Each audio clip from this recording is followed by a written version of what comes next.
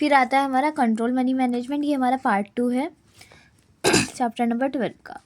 इसमें हमारे को सबसे पहले आता है, हम लोग चेक करते हैं कि हमारा प्लान प्रोग्रेस कर रहा है कि नहीं कर रहा, जिसके 2 टाइप होते हैं, mental and mechanical check, record and account. सबसे पहला आता है मेंटल एंड मैकेनिकल चेक में। मेंटल मतलब एक तरीके से होता है, हमने 100 रुपये मान लो अलग से निकाल के रख दिए, हम लोगों को लगा है कुछ सामान 100 में आ जाएगा तो हम अलग से निकाल के रख लेते हैं ना, तो एक तरीके से उसको हम मनी मैनेजमेंट कर लेते हैं कि अगर 100 का आएगा तो बढ़िया है, मतलब अलग से ही निकाल लिया। फिर आता है मैकेनिकल चेक। मैकेनिकल चेक में क्या होता है, मतलब जैसे पहले होता था ना कि पहले से ही सामान निकाल के रख लेते हैं कैश में, उसमें हम सोचते हैं, इसमें हम निकाल के रख देते हैं, ठीक है। एंड देन फिर आता है हमारा record and accounts. Record and accounts में जो होता है हमारा एक सेकेंड, रिकॉर्ड एंड अकाउंट में हम पहले से एक रिकॉर्ड, मतलब जैसे होता है ना महीने में बता रखा था, जैसे कि एक महीने का बजट बन जाता है, अकाउंट रिकॉर्ड्स रख लेते हैं जिससे कि हमारे को हेल्प मिलती है। फिर आता है हमारा एडवांटेज, क्या है, हम लोग क्यों कर रहे हैं रिकॉर्ड, इससे हमारे पैसे बचते हैं, फालतू की हमारे को एक्स्ट्रा खर्चे पता होते हैं, हमारे को पता होता है कितना खर्च करना है, कितना क्या करना है, कितना कमाना है, कितना खाना है ना, और गोल्स अगर हमारे को कुछ अचीव करना है तो हम उसकी हेल्प से कर सकते हैं। फिर आता है adjusting and evaluating whenever necessary. Adjusting कर सकते हैं, मतलब जैसे कि मान लो हम लोग 100 रुपये कमा देते हैं, हम उसमें से 80 खर्च कर देते हैं, तो एटलीस्ट हम 20 रुपये एडजस्ट कर सकते हैं आगे, अगर मेरे को कुछ चाहिए तो, है ना, रिक्वायरमेंट बहुत आती है मेरी क्लास में तो खास तौर पे। फिर आता है इवैल्यूएशन। इवैल्यूएशन हमारा आखिरी वो पॉइंट होता है जिसमें हम लोग फाइनली उस मनी मैनेजमेंट को प्रोसेस को इवैल्यूएट करते हैं, मतलब जो हमने पूरा प्लान बनाया था उसको हम आगे एक तरीके से बताऊँ जारी करते हैं, शुरुआत करते हैं। फिर आता है सेविंग्स। सेविंग्स क्या होता है, सेविंग्स मतलब पैसों को अलग से रख देना अपनी करंट फैमिली इनकम से और एक्सपेंडिचर से, फिर वो हमारी सेविंग्स कहलाई जाती है। बेनिफिट्स क्या होते हैं सेविंग के, वो मैंने आपको वो बताने की ज़रूरत भी नहीं है। देखो बाई चांस मान लो अगर आप जॉब खो देते हो तो आप पे सेविंग्स रहेंगी, आप जब तक दूसरी जॉब नहीं ढूंढोगे तब तक आप पे पैसे रहेंगे। कोई बाई चांस एकदम से आपदा आ जाती है, कुछ भी प्रॉब्लम हो जाती है तो आप पे पैसे रहते हैं।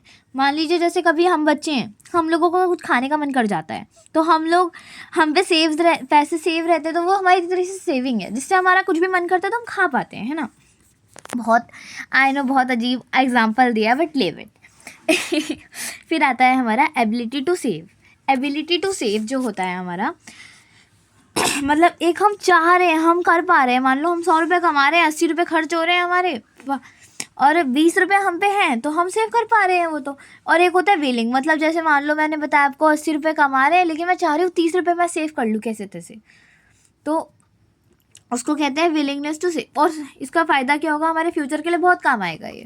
फिर आता है इन्वेस्टमेंट। इन्वेस्टमेंट क्या होता है, जब हम पैसे कहीं पर डालते हैं या फिर इन्वेस्ट करते हैं किसी चीज़ को ख़रीदने में या वैल्यू डालने में, और हमारे को हमारा एक्सपेक्टेशन से अच्छा मिलता है फ्यूचर में रिजल्ट, ठीक है, या एक्सपेक्टेशन जितना रिजल्ट मिल जाता है। फिर आता है हमारा type of investment. Investment 2 type की होती है, financial assets and investment, financial asset and physical asset. Financial asset में होता है हमारा जैसे कि हम लोग ऑनलाइन बैंक में पैसा डाल देते हैं, और फिजिकल एसेट में मतलब जैसे हमने ज़मीन खरीद ली, सोना खरीद लिया, कभी भी काम आ जाएगा वो हमारे, है ना। फिर आता है प्रिंसिपल अंडरलाइन साउंड इन्वेस्टमेंट। एक ये टॉपिक भी मेन है बहुत, ये 5 मार्क्स के आ जाते हैं मेनली, ये भी आप खुद से लिख सकते हो, कोई दिक्कत नहीं है। देखो सबसे पहले safety of the principal amount.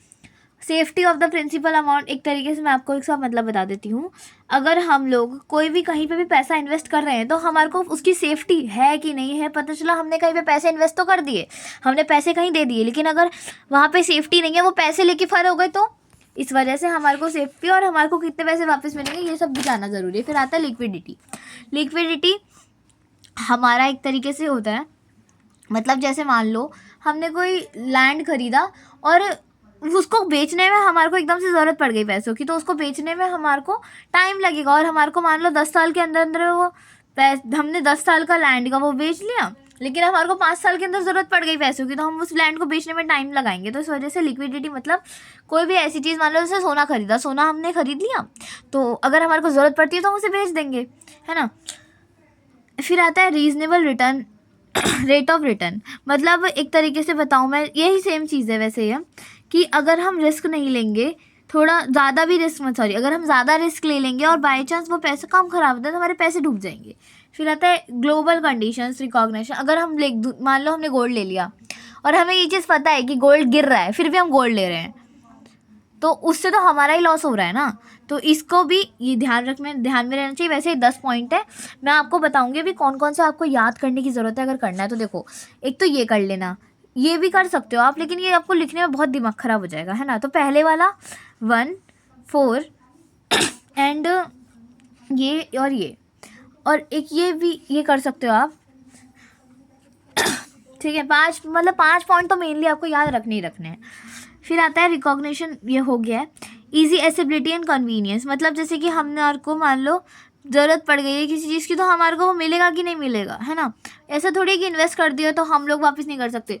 हमारे को अगर कुछ वक्त चाहिए तो हम लोग उसी वक्त में हमारे को पैसे मिलने चाहिए। ऐसा थोड़ी है कि मतलब हमने 10 साल का कर दिया और हमें पैसे 5 साल में ज़रूरत पड़ गई, तो इसलिए इतना लंबा भी नहीं करना है। फिर आता है इन्वेस्टिंग इन नीडेड कमोडिटीज़, मतलब एक तरीके से मैं बताऊँ आपको कि उतना ही हमारे को देना चाहिए जितने हम लोग को ज़रूरत हो। फिर आता है टैक्स एफिशिएंसी, मतलब एक तरीके से टैक्स वैक्स जो होते हैं वो बचा के हम लोग अपना जो पैसा इन्वेस्ट कर रहे हैं वो, है ना। आफ्टर इन्वेस्टमेंट सर्विसेज क्या होती हैं, जैसे कि कस्टमर केयर सर्विस हमारे को मिलती है कभी कभार, गुड कस्टमर भी इंक्लूडेड। एंड हमारा लास्ट, मैंने ये बताया, ये मेरे को भी अच्छे से समझ नहीं आए हैं तो आप इसको स्किप कर सकते हो। फिर आता है टाइम पीरियड, मैंने आपको अभी टाइम पीरियड वही 5 साल 10 साल वाला है, एक ही बात है। कैपेसिटी, हम लोग इतना भी नहीं है कि इतना इन्वेस्ट कर दिया कि हमारे अभी की नीड्स ही पूरी नहीं हो पा रही, वो ज़रूरी है।